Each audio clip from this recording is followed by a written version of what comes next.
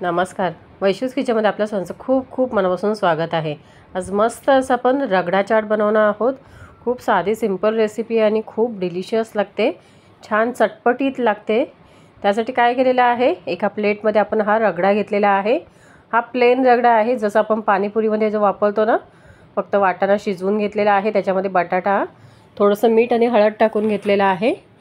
तसंच हा रगडा आहे तो आता प्लेटमध्ये काढून घेतलेला आहे.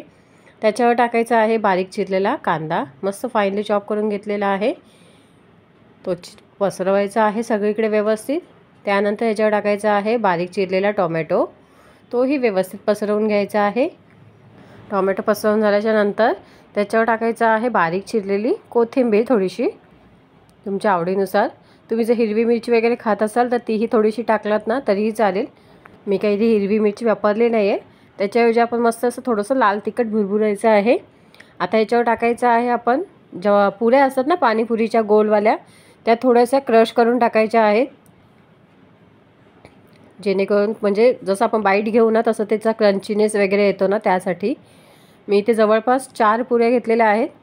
पहिल्या 2 कुस्करून टाकलेल्या आहेत आणि त्यानंतर अजून 2 त्या आपण कुस्करून मस्त अशा टाकायच्या आहेत. व्यवस्थित सगळीकडे पसरवून घ्यायच्या आहेत. त्यासुद्धा तुम्हाला अजून पाहिजे असतील तर त्याच्यामध्ये अजून ॲड करू शकता. आणि त्यानंतर मी थोडंसं वरतून चवीपुरतं मीठ भुरभुरते, जास्त नाही, थोडंसंच हे करायचं आहे, कारण का आपलं रगड्यामध्ये वगैरे मीठ आहे. पण थोडंसं कांदा टोमॅटो थोडंसं फिका असतो ना, त्याच्यामुळे थोडंसं टाकलेलं आहे. ऑप्शनल आहे, तुम्हाला टाकायचं असेल तर टाकू शकता, नाही टाकला तरी चालेल.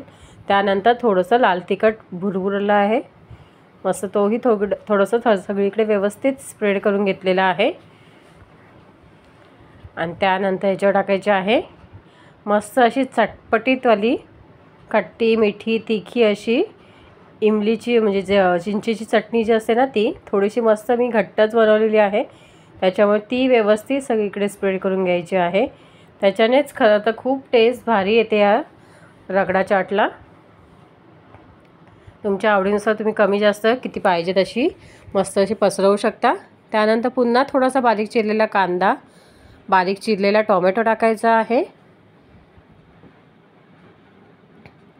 व्यवस्थित तोही पसरवून झाला की त्याच्यानंतर आपण मस्त अशी शेव टाकायची आहे.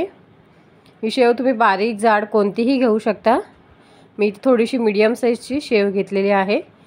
आणि मग त्याच्या आधीच ॲक्च्युली मी टाकलेलं आहे थोडंसं खारी बुंदी होती ती टाकलेली आहे. इथे भाजलेली चणा डाळ वगैरे असते ना, तीही वापरला तरी चालेल.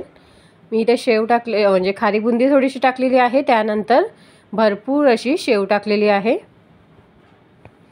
याच्यामध्ये कसं रगडा चाटवर थोडीशी जरा जाड शेव असेल ना, तीच खायला भारी वाटते. त्याच्यामुळे मी ही वापरलेली आहे थोडीशी मीडियम साईजची शेव. ती भरपूर अशी मस्त अशी पूर्ण ह्याच्यावर प्लेटमध्ये पसरवलेली आहे. त्यानंतर ह्याच्यावर फायनली म्हणजे आपण टाकायचं आहे बारीक चिरलेली कोथिंबीर गार्निशिंगसाठी, की आपलं इझिली असं आपलं रगडा चाट तयार झालेला आहे. चटपटीत फ्लेवरफुल मस्त असं रगडा चाट घरच्या घरी तुम्ही अशा पद्धतीने साध्या सिंपल पद्धतीने तयार करू शकता. फायनल लुक बघा किती सुंदर आलेला आहे. कसा वाटला मग आजचा तुम्हाला हा व्हिडिओ, आजची ही रेसिपी? आय होप तुम्हाला आवडली असेल. व्हिडिओ आवडल्यास व्हिडिओला लाईक शेअर सबस्क्राईब करायला विसरू नका.